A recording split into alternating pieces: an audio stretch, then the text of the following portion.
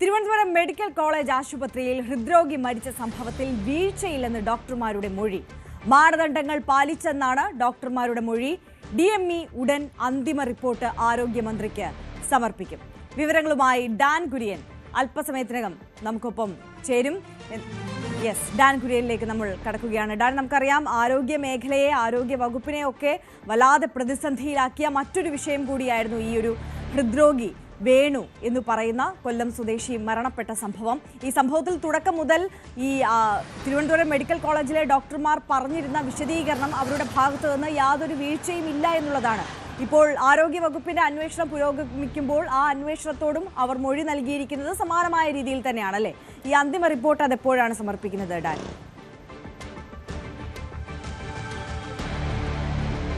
വേണുവിൻ്റെ കുടുംബത്തിൻ്റെ ആരോപണം തള്ളിക്കൊണ്ടാണ് ഡോക്ടർമാർ ഇതുമായി ബന്ധപ്പെട്ട ആരോഗ്യ വിദഗ്ധർക്ക് അല്ലെങ്കിൽ ഇതുമായി ബന്ധപ്പെട്ട അന്വേഷണം നടത്തിയ ആ സംഘത്തിന് മൊഴി നൽകിയിരിക്കുന്നത്. ഒരു തരത്തിലുള്ള വീഴ്ചയും ഡോക്ടർമാരുടെ ഭാഗത്തുനിന്ന് വേണുവിനെ ചികിത്സിക്കുന്നതുമായി ബന്ധപ്പെട്ട് ഉണ്ടായിട്ടില്ല.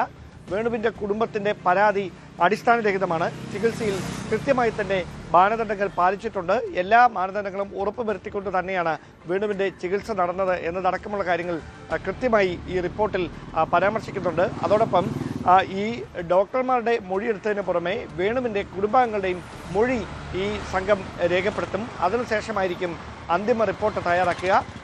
നാളെ ആയിരിക്കാം ഒരുപക്ഷെ DME ഈ റിപ്പോർട്ട് ആരോഗ്യമന്ത്രിക്ക് സമർപ്പിക്കുക എന്നാണ് അറിയുന്നത്. ഉടൻ സമർപ്പിക്കുമെന്ന സൂചനകളാണ് ഇപ്പോൾ പുറത്തു വന്നുകൊണ്ടിരിക്കുന്നത്. എന്തായാലും വേണുവിൻ്റെ മരണവുമായി ബന്ധപ്പെട്ട് വലിയ തരത്തിലുള്ള ആരോപണ പ്രത്യാരോപണങ്ങൾ നടക്കുന്നതിനിടയിലാണ് DME സമർപ്പിക്കുന്ന റിപ്പോർട്ടിൽ അല്ലെങ്കിൽ ഈ ഡോക്ടർമാർ ഇതുമായി ബന്ധപ്പെട്ട് നൽകിയിരിക്കുന്ന മൊഴി ഈ വേണുവിന്റെ കുടുംബത്തിന്റെ ആക്ഷേപം തള്ളിക്കൊണ്ടുള്ളതാണ് എന്ന വിവരങ്ങൾ. ഡോക്ടർമാർ ആദ്യം തന്നെ ഈ ഘട്ടത്തിൽ ഈ ഒരു വിഷയത്തിൽ മാധ്യമങ്ങളെ കണ്ടപ്പോൾ പറഞ്ഞ കാര്യം നമുക്കറിയാവുന്നതാണ്. എല്ലാവിധ പ്രോട്ടോകോളുകളും പാലിച്ചുകൊണ്ട് സ്വീകരിക്കേണ്ട നടപടികളെല്ലാം സ്വീകരിച്ചിരുന്നു എന്നുള്ളത്. പക്ഷേ നമ്മുടെ എല്ലാം മുന്നിൽ നിൽക്കുന്ന പ്രധാനപ്പെട്ട ഒരു കാര്യമുണ്ട്, വേണുവിന്റെ തന്നെ ശബ്ദ സന്ദേശം. ഇതിൽ പറയുന്ന ഒരു പ്രധാനപ്പെട്ട കാര്യം ഈ ആൻജിയോഗ്രാം നടത്തേണ്ട ലിസ്റ്റിൽ നിന്ന് പോലും ഒഴിവാക്കി എന്നുള്ളതാണ്. ആ വിഷയങ്ങളിലൊക്കെ ഊന്നി കൃത്യമായ മൊഴി നൽകിയിട്ടുണ്ടോ, അല്ലെങ്കിൽ വിശദീകരണം ഡോക്ടർമാരുടെ ഭാഗത്തു നിന്നുണ്ടോ?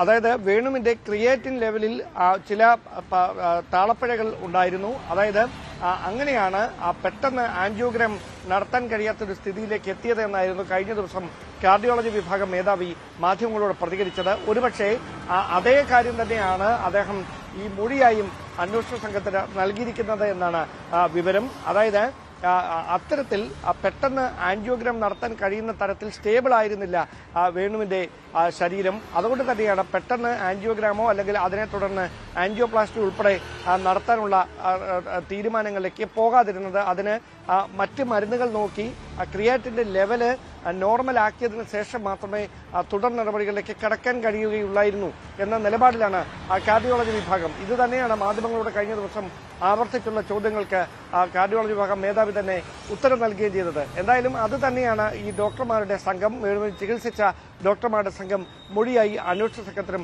നൽകിയിരിക്കുന്നതെന്നാണ് നമുക്ക് ലഭിക്കുന്നത്. അപ്പോൾ ഒരു കാര്യം കൂടി, ഈ ഡോക്ടർമാർ പറയുന്നത് നമ്മൾ മുഖവിലയ്ക്ക് എടുക്കുകയാണ്, കൃത്യമായ ചികിത്സ നൽകിയിട്ടുണ്ടെങ്കിൽ എങ്ങനെ ഈ മരണം സംഭവിച്ചു അപ്പോൾ എന്നുള്ള ചോദ്യം ഉണ്ടല്ലോ. അതിനുള്ള ഉത്തരം എന്താണ്?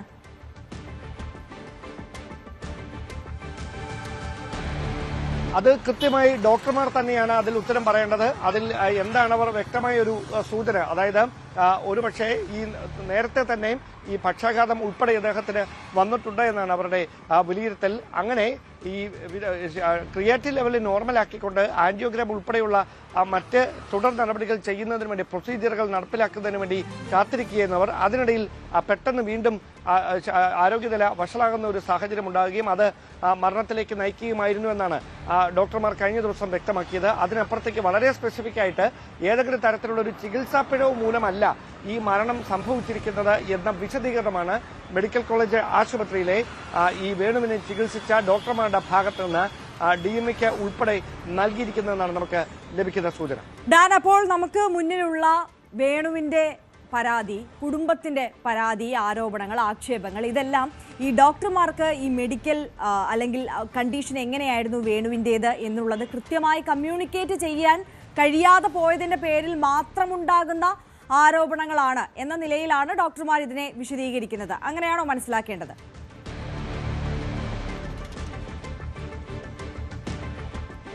അതായത് കുടുംബം ഇപ്പോഴും ആരോപണത്തിൽ ഉറച്ചു നിൽക്കുകയാണ്. അവിടെ മതിയായ ചികിത്സ അദ്ദേഹത്തിന് ലഭിച്ചിട്ടില്ല എന്ന നിലപാടിൽ കുടുംബം ഉറച്ചു നിൽക്കുന്നു. അത് ശരിവെക്കുന്ന തരത്തിലുള്ള അദ്ദേഹത്തിന്റെ ശബ്ദരേഖ. ശരി ഡാൻ, ഒരു നിമിഷം ഞാൻ ഇടപെടുകയാണ്. ഇപ്പോൾ ശ്രീമതി സിന്ധു, വേണുവിന്റെ ഭാര്യ, നമുക്കൊപ്പം ചേരുകയാണ്. ശ്രീമതി സിന്ധു, നമസ്കാരം. ഇവിടെ ഇപ്പോൾ ഡോക്ടർമാർ വീണ്ടും അവർ നേരത്തെ മാധ്യമങ്ങളെ കണ്ടപ്പോൾ ആവർത്തിച്ച അതേ കാര്യം തന്നെയാണ് ഈ ആരോഗ്യ വകുപ്പിന്റെ അന്വേഷണത്തോടുകൂടി അന്വേഷണത്തിലും മൊഴി രേഖപ്പെടുത്തിയിട്ടുള്ളത്. അവരുടെ ഭാഗത്തുനിന്ന് ഒരു വീഴ്ചയും സംഭവിച്ചിട്ടില്ല. ആൻജിയോഗ്രാം നടത്തുന്ന ലിസ്റ്റിൽ നിന്ന് ഒഴിവാക്കിയത് പോലും അതിൻ്റെ മെഡിക്കൽ കണ്ടീഷൻ അദ്ദേഹത്തിൻ്റെ സ്റ്റേബിൾ അല്ലാത്തത് കൊണ്ടാണ് എന്നുള്ള വിശദീകരണമാണ് നൽകുന്നത്. എന്താണ് താങ്കൾക്ക് തോന്നുന്നത് ഈ ഘട്ടത്തിൽ? പച്ചക്കള്ളമാണ്. കാരണം ഇങ്ങനെ ഒരു കാര്യം പറഞ്ഞിട്ടേ ഇല്ല. ആൻജിയോഗ്രാമിന് തള്ളി എന്തുകൊണ്ടാന്ന് ചോദിച്ചപ്പോൾ ഇതല്ല അവർ പറഞ്ഞത്. ആൻജിയോഗ്രാമിന് അപ്പോയിന്റ് ചെയ്ത ആളുകൾ വന്നിട്ടുണ്ട്, അതുകൊണ്ടാണ് ചെയ്യാത്തതെന്നാ പറഞ്ഞത്. എന്തിനാണ് അവരിങ്ങനെ മാറ്റി മാറ്റി ഒരു ജീവൻ വെച്ചാണോ അവർ കളിച്ചത്? ഞാൻ ചോദിക്കട്ടെ, എന്നാൽ ഒരു കാര്യം ഞാൻ അങ്ങോട്ട് ചോദിക്കാം, ഈ പേഷ്യന്റിന് ഇത്രയും ക്രിട്ടിക്കൽ എന്തുകൊണ്ട് അവർ ICUലോട്ട് മാറ്റിയില്ല? അത് അവർ ചെയ്ത ഏറ്റവും വലിയ തെറ്റല്ലേ അവർ ചെയ്തത്. അപ്പോൾ നിങ്ങൾ ഈ ഘട്ടത്തിൽ ആദ്യം ചോദിച്ചിരുന്നില്ലേ ഡോക്ടേഴ്സിനോട്? അപ്പോൾ എന്തായിരുന്നു പ്രതികരണം? ഈ ICUലേക്ക് അടക്കം മാറ്റുന്നതിൽ എന്തുകൊണ്ട് വീഴ്ച സംഭവിച്ചു എന്നായിരുന്നു വിശദീകരണം? ICUലോട്ട് മാറ്റുന്നതിന് ഒന്നും പറഞ്ഞിട്ട് ICUലോട്ട് കയറ്റുന്ന കാര്യം പറഞ്ഞിട്ടില്ല. അവർ വാർഡിലോട്ടാണ് മാറ്റിയത്. OPയിൽ ചെന്നപ്പോഴും ഡോക്ടർ നോക്കിയിട്ട് വാർഡിലോട്ടാണ് മാറ്റിയത്. ഞങ്ങളെ ICUവിന്റെ കാര്യവും പറഞ്ഞിട്ടില്ല. പുള്ളിയുടെ അന്ന് ആ സമയത്ത് പുള്ളിയുടെ പൊസിഷൻ എന്താണെന്ന് ഒന്നും ഞങ്ങളോട് പറഞ്ഞിട്ടില്ല. കൃത്യമായ ഒരു കമ്മ്യൂണിക്കേഷനും ഡോക്ടേഴ്സിന്റെ ഭാഗത്തു നിന്ന് ഈ വിഷയത്തിൽ ഉണ്ടായിട്ടേ ഇല്ല അല്ലേ? ഒന്നും ഉണ്ടായിട്ടില്ല. നമ്മൾ ബ്ലഡ് റിസൾട്ട് കൊണ്ട് കൊടുക്കുന്നു, നോക്കുന്നു, അച്ഛൻ ഓക്കെയാണ്, കുഴപ്പമില്ല, ബുധനാഴ്ച ചെയ്യാം, ചൊവ്വാഴ്ച ബുധനാഴ്ച ചെയ്യാം എന്നേ പറഞ്ഞിട്ടില്ല. അല്ല വേറെ ഒറ്റ കാര്യങ്ങൾ പോലും ആ ഡോക്ടറിനോട് പറഞ്ഞിട്ടില്ല. ഇപ്പോൾ പറയുന്നത് ഈ ക്രിയാറ്റിന്റെ അളവൊക്കെ സ്റ്റേബിൾ അല്ലാത്തത് കൊണ്ടാണ് ആൻജിയോഗ്രാം നടത്താതിരുന്നത് എന്നുള്ളതാണ്. ആ ഘട്ടത്തിൽ പക്ഷേ അത് പറഞ്ഞില്ല, വിശദീകരണം നൽകിയില്ല എന്തുകൊണ്ട് ആ ലിസ്റ്റിൽ നിന്ന് മാറ്റി കുറിച്ച് പറഞ്ഞിട്ടില്ല. എന്നാൽ അവർക്ക് ബൈസ്റ്റാൻഡർ എന്തിനാണ് അവിടെ നിർത്തുന്നത്? അവർക്ക് ചോറും കറിയും വാങ്ങിച്ചു കൊടുക്കാൻ മാത്രമല്ല ബൈസ്റ്റാൻഡർ നിർത്തുന്നത്. ഡോക്ടേഴ്സിനോട് ചിന്തിക്കാൻ പറയണം. നിങ്ങൾ ബന്ധുക്കളിൽ നിന്നെല്ലാം അടക്കം അന്വേഷണ സംഘം ഇപ്പോൾ മൊഴിയെടുക്കുന്ന ഒരു സാഹചര്യം ഉണ്ടല്ലോ. ഈ വിഷയങ്ങളെല്ലാം കൃത്യമായി തന്നെ അവർക്ക് മുന്നിൽ അവതരിപ്പിച്ചിട്ടില്ലേ? എല്ലാം പറഞ്ഞിട്ടുണ്ട്. അതുപോലെ തന്നെ ഇത്രയും ഒരു വലിയ കാര്യങ്ങൾ ഉണ്ടായിട്ട് ഇതുപോലെ അവരുടെ ഭാഗത്തുനിന്ന് പോലും വിളിച്ചൊന്നും ചോദിച്ചിട്ടില്ല. ആ മനുഷ്യൻ മരണമൊഴിയാണ് കൊടുത്തത്. അദ്ദേഹത്തെ തിരിഞ്ഞു നോക്കാത്തതിന് ഒരു മരണമൊഴിയല്ലേ കൊടുത്തത്. ആരും എന്നെ വിളിച്ച് ഇതുവരെ അന്വേഷിച്ചിട്ടില്ല. ഒരു കാര്യം ചെയ്യാൻ പറ, ആ വാർഡിൽ കിടന്ന പേഷ്യൻസിന്റെ ബൈസ്റ്റാൻഡേഴ്സിനെ ഒന്ന് വിളിച്ചു ചോദിക്കാൻ പറ, അറിയാൻ പറ്റും. അതായത് ഇത്ര ദിവസമായിട്ടും അവരുടെ ഭാഗത്ത് നിന്ന് ഒരു വിശദീകരണം ഉണ്ടായിട്ടില്ല, അല്ലെങ്കിൽ എന്താണ് സംഭവിച്ചത് എന്ന് ഈ ഡോക്ടർമാർ ഇപ്പോൾ പറയുന്നത് നിങ്ങളോട് കമ്മ്യൂണിക്കേറ്റ് ചെയ്യാൻ ഇപ്പോഴും തയ്യാറായിട്ടില്ല. ഇതുവരെ അവരാരും തയ്യാറായിട്ടില്ല എന്നുള്ളത്. ഞാൻ എന്റെ 2 വളർന്ന പെൺമക്കൾ, ഞങ്ങളുടെ കുടുംബത്തിന്റെ ഒരു നാഥനാണില്ലാതെ